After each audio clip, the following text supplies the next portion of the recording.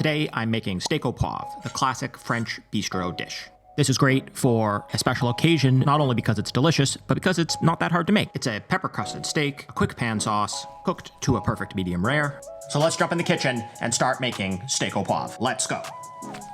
In this recipe, I'm going to use tenderloin. You can see on this steak there is not a lot of fat, which is a criticism of tenderloins, but since we're dunking this in a delicious pepper sauce, we don't need to worry too much about the lack of flavor. You can use any type of cut that you like.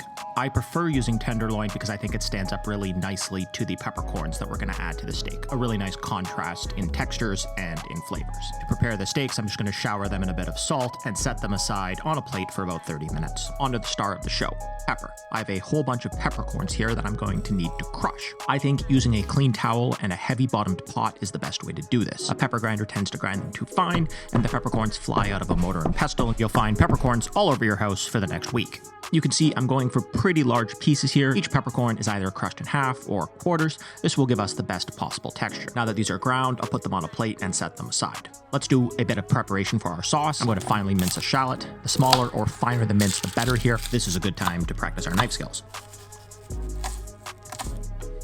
I've got some fresh rosemary that goes really well with any steak recipe. Just going to peel the leaves off and finely mince those. And finally, a bit of parsley. This is one of my favorite ingredients for a sauce. It adds freshness and a fantastic color.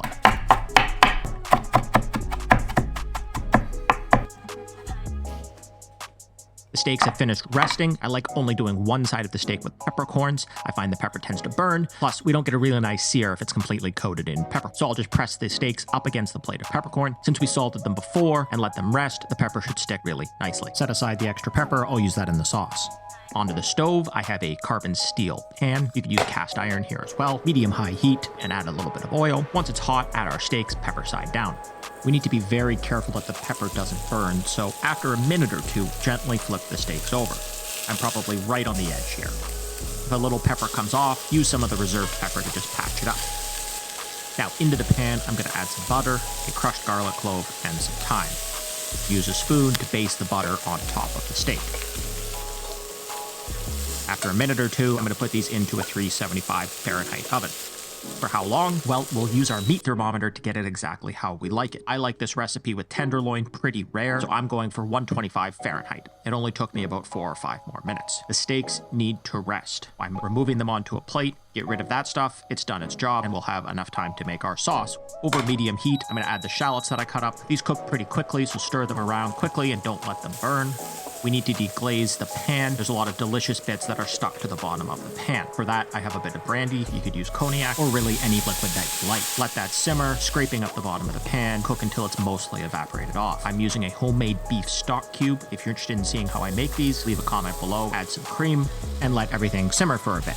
You can use regular stock here as well. You'll just have to let this simmer for a little bit longer than I'm doing here. Some green peppercorns for a bit of contrast, some Worcester, the leftover pepper from earlier, and some sherry vinegar. Adding vinegar to sauces is really great. It brightens them up, adds a little bit of acidity.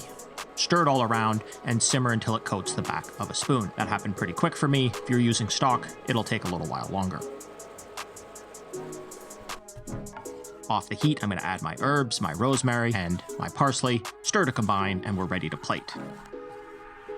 Put my pepper-crusted piece of tenderloin on a plate. Pour that delicious sauce all over top of the rested steak. And there you have it, a bistro-style steak au poivre. Let's cut through the center and see a perfectly medium-rare tenderloin. I hope you enjoyed this episode. Thanks for watching. See you next time.